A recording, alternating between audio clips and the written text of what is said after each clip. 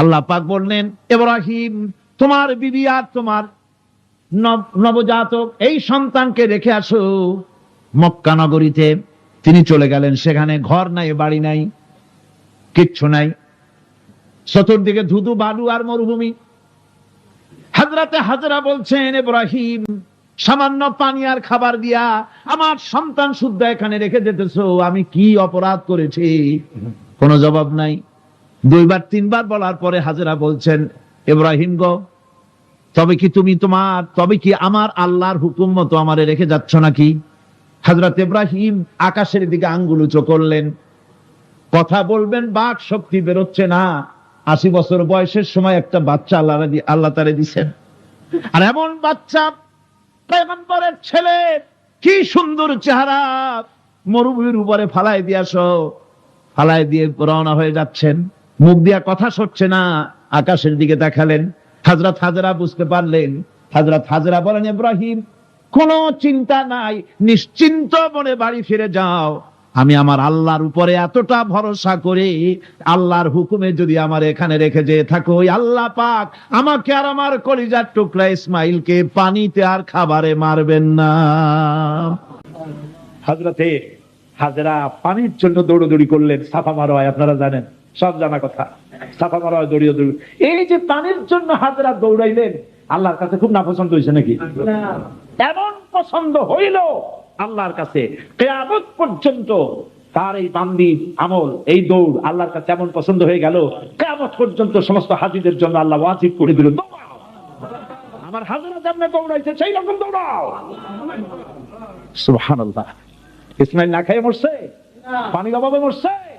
হযরতে জিবরাইলকে আল্লাহ পাঠায় দিলেন, আমার ইসমাইলের পায়ের গুতা যেখানে লাগতেছে তুমি গিয়ে সেখানে পায়ে আঘাত করো। হযরতে জিবরাইল পায়ের আঘাত করলেন, সেখান থেকে পানি ছিটকে বেরিয়ে চলে আসলো। জমজম, থাম থাম।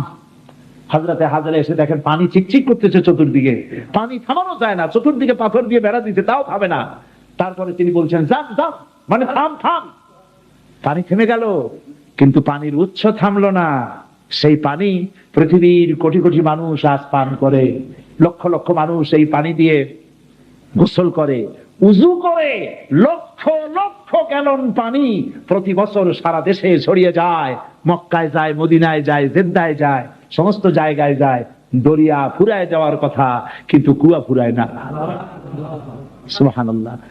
আল্লাহর কুদরত কাকে বলে? এগুলো কি কপাল পোড়াদের কিসমতে হবে? কপাল পোড়াদের কিসমতে হবে? আল্লাহ পাক ঈমানদার মুমিনদের জন্য সমস্ত নিয়ামত রেখে দিয়েছেন। আল্লাহ পাক বলেছেন, ফিহা আয়াতুন বায়্যিনাত, অসংখ্য নিদর্শন। এই কাবা আর এই কাবা কেন্দ্রিক আমার অনেক নিদর্শন আছে, তাকায় দেখো কত নিদর্শন। আজ পৃথিবীর কোন শহর নাই নিরাপত্তার শহর যেখানে জীবনের নিরাপত্তা পাওয়া যাবে। আল্লাহ পাক বলেছেন, ওমান দাখালাহু কানা আমিনান, যেই ঢুকবে মক্কায় আর মদিনায় সেই নিরাপত্তা লাভ করবে। সুবহানাল্লাহ। সুবহানাল্লাহ বলবেন না? সুবহানাল্লাহ বলবেন না? আমার বন্ধুগণ, এরই বলে সারেন্ডার করা। আল্লাহ রাব্বুল আলামিন বললেন, আসলিম, সারেন্ডার করো। হযরত ইব্রাহিম আলাইহিস সালাম বললেন, আসলামতু লিরাব্বিল আলামিন, সারেন্ডার হয়ে গেলাম। সারেন্ডার হয়ে এক পরীক্ষা পাস করলেন, আরো এক পরীক্ষায় দুটা পাস করছেন কিনা? সুবহানাল্লাহ। এবার 3 নম্বরের পরীক্ষা, 3 নম্বর। ছেলে এবার বড় হইছে, নাদুস নুদুস চেহারা, সুন্দর। সুবহানাল্লাহ। নাদুস নুদুস চেহারা, জ্ঞান পেয়েছে। এবার যাও ছেলেকে জবাব করো। সুবহানাল্লাহ। একটার পর একটা মারাত্মক অগ্নি পরীক্ষা, ছেলের জবাব করো। হযরত ইব্রাহিম আলাইহিস সালাম বলছিলেন, আল্লাহ এই রকমের কঠিন পরীক্ষা তুমি আমারে বানাইও না। বলতেন না।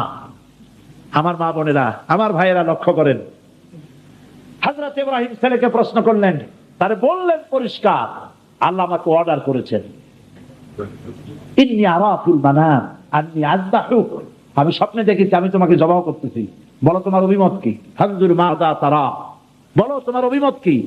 হযরত ইসমাইল বলতে পারতেন, আব্বা আপনি আমার বাবা, আমার মায়ের শুদ্ধ এখানে ভালাই দিয়ে গেছেন, বছরের পর বছর খাবার দেন নাই, পড়ার দেন নাই, খবর নেন নাই, আজকে কোন অধিকারে আপনি আমাকে জবাহ করতে এসেছেন?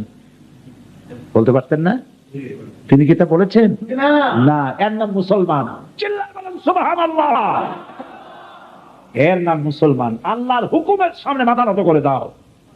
হযরত ইসমাইল কি জবাব দিলেন?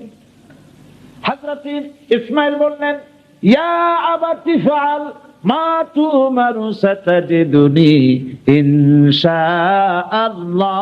মিনাস সাবিরিন। হে পিতা, আপনি স্বপ্নে যে ব্যাপারে আদিষ্ট হয়েছেন, দেখেন ছোট্ট মানুষ কিন্তু তিনি কথা বললেন না যে আপনি স্বপ্নে যা দেখছেন তাই করেন। তিনি বললেন কি, আপনি স্বপ্নে যে ব্যাপারে আদিষ্ট হয়েছেন আপনি তা পালন করুন।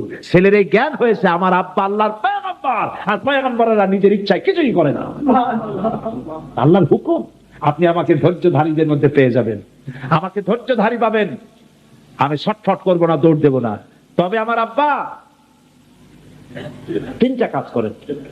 জবাহ করার সময় আমার হাত পা বাঁধেন, যাতে করে জবাহের বেদনায় যন্ত্রণায় আমার হাত পা আপনার গায়ে লাগলে আমার বেয়াদবি হয়ে যেতে পারে। হাত পা বাঁধবেন।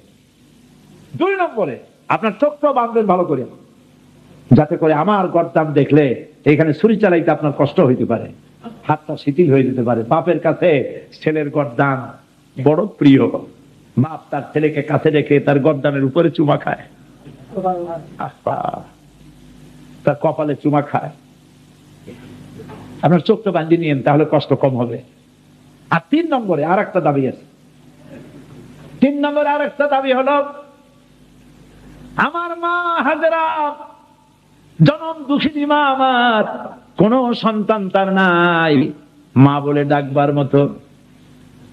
আমাকে জবাহ করার পরে আমার রক্ত মাখা জামাটা আমার মায়েরে দিয়া দিবেন, আর বলবেন যেন কান্দাকাটি না করে, কিয়ামতের দিন আল্লাহর দরবারে মায়ের সাথে আমার দেখা হয়ে যাবে।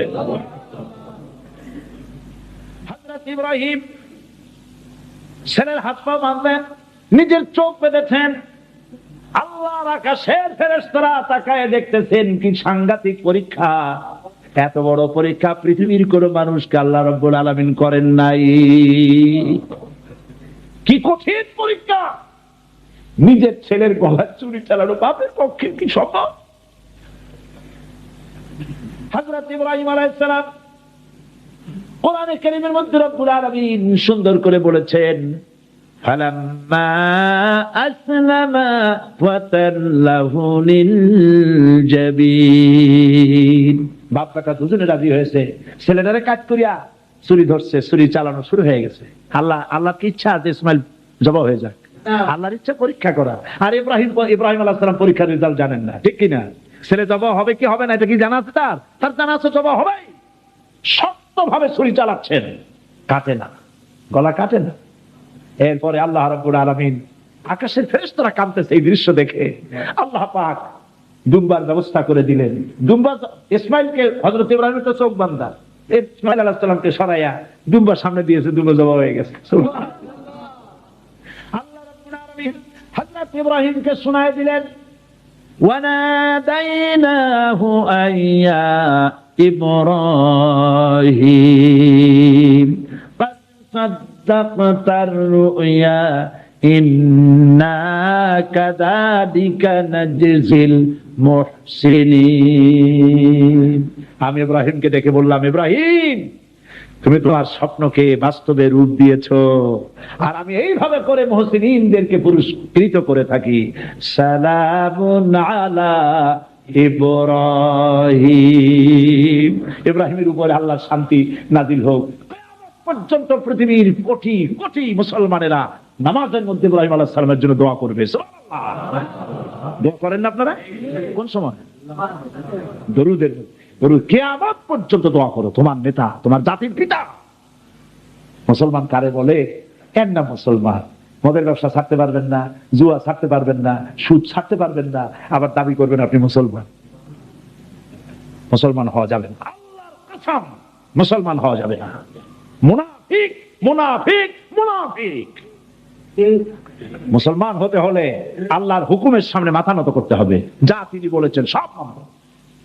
মিথ্যা ছেড়ে দিতে হবে, ওজনে কম দেওয়া যাবে না, খাদ্যে ভেজাল দেওয়া যাবে না, নিজের স্ত্রীকে, নিজের মেয়েকে বেপরদা করা যাবে না। বৈশাখী মেলার নামে নিজেদের মেয়েগুলিকে সৌন্দর্য প্রদর্শনী করে মানুষের সামনে বের করা যাবে না। এর নাম ইসলাম। এর নাম কি? এই ধরনের মুসলমান হইতে পারবো আমরা? হইতে পারবো? এই ধরনের মুসলমান হইতে রাজি আছি? কারা কারা রাজি? আলহামদুলিল্লাহ।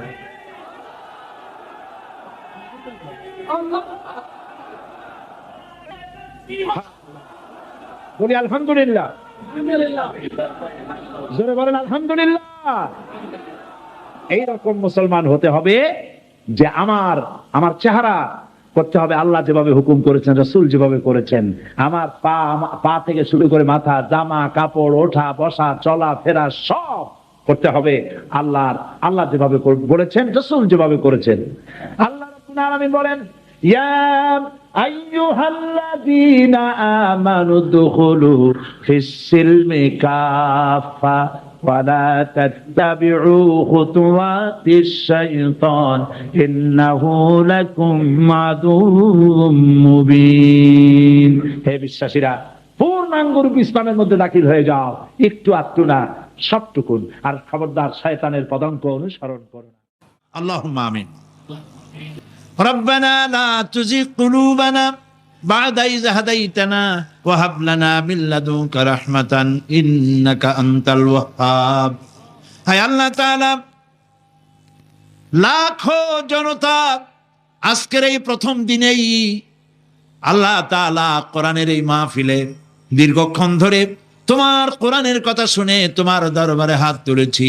দয়া করে মেহেরবানি করে আমাদের জিন্দেগির গুনাহ খাতাকে মাফ করে দাও। আমাদের মা বাপ মুরব্বিয়ান যারা কবরে চলে গেছে, আল্লাহ তাআলা কবরগুলিকে জান্নাতের টুকরায় পরিণত করে দাও। রব্বির হামহুমা কামা রব্বায়ানি সগীরা। পড়েন সবাই, রব্বির হামহুমা কামা রব্বায়ানি সগীরা। আয় আল্লাহ তাআলা, আমাদের এই বিবি বাল বাচ্চা যা দান করেছো সবগুলিকে দিনদার বানাও, ইমানদার বানাও, নামাজি বানাও, পরেজগার বানাইয়া দাও। রব্বুল আলামিন, যেই পরকালের কথা, কিয়ামতের কথা আলোচনা করলাম, সেই কঠিন হাসরের ময়দানে যেদিন পায়ের নিচে হবে তামার মতো মাটি, আর মাথার উপরে প্রকাণ্ড সূর্যের তাপে গুনাহগারের মাথার চান্দি ফেটে গিয়া মগজগুলি গলে গলে নাক কান দিয়ে বেয়ে পড়তে লাগবে। জিহ্বাটা পানির পিপাসায় কুকুরের মতো ঝুলে নাভিস্থল পর্যন্ত পড়ে যাবে। ময়দানে সাড়া পড়বে পানি পানি বলে। আল্লাহ তাআলা ওই দিনে তোমার হাবিবের হাতের কাউসারের পেয়ালা আমাদের নসিব করে দিও। আহ জাতি হায় ফলক पर रहम लाने के लिए, आह जाती है फलक पर रहम लाने के लिए, बादलो हट जा दे दो आह जाने के लिए। रहम कर अपना नाम आईने करम को भूल जा, रहम कर अपना ना आईने करम को भूल जा। हम तुझे भूले हैं लेकिन तू ना हमको भूल जा। রব্বুল আলামিন, মা বোনেরা কষ্ট করে মাহফিলে এসেছেন, আল্লাহ তাআলা মা বোনদেরকে এমন আমল করার তৌফিক দাও যাতে করে কিয়ামতের দিন হযরত আয়েশা, হযরত খাদিজার সঙ্গে হাসর নসিব হয়ে যায়। রব্বুল আলামিন, এই মাহফিল বাকি 4 দিন তোমার কুদরতি নিজাম দিয়ে আল্লাহ তুমি পরিচালিত করে দিও। সারা বাংলাদেশের মানুষ বিভিন্ন জায়গা থেকে এই মাহফিল আসে। আল্লাহ তাআলা প্রতিবেশী দেশ থেকে আসে, যারা প্লেনে আসেন অথবা গাড়িতে আসেন, পায়ে হেঁটে আসেন, যিনি যেভাবে আসেন, আল্লাহ তাআলা যাতায়াতকে তুমি আসান করে দিও, বিপদ মুক্ত করে দিও, আল্লাহ দুর্ঘটনা মুক্ত করে দিও। যারা বাড়ি ছেড়ে তোমার কথা শুনতে আসে, আল্লাহ বাড়িগুলি, ধন সম্পদগুলি তুমি হেফাজত করো। রব্বুল আলামিন, তুমি আমাদের দিলের মধ্যে তোমার মহব্বত পয়দা করে দাও। আল্লাহ, পরকালের ভয় পয়দা করে দাও, আখিরাতের জবাবদিহিতার অনুভূতি সৃষ্টি করে দাও। আল্লাহ তাআলা, তুমি আমাদের দেশটাকে কবুল করো। আল্লাহ তাআলা, তুমি দয়া করে মেহেরবানি করে আমাদেরকে তোমার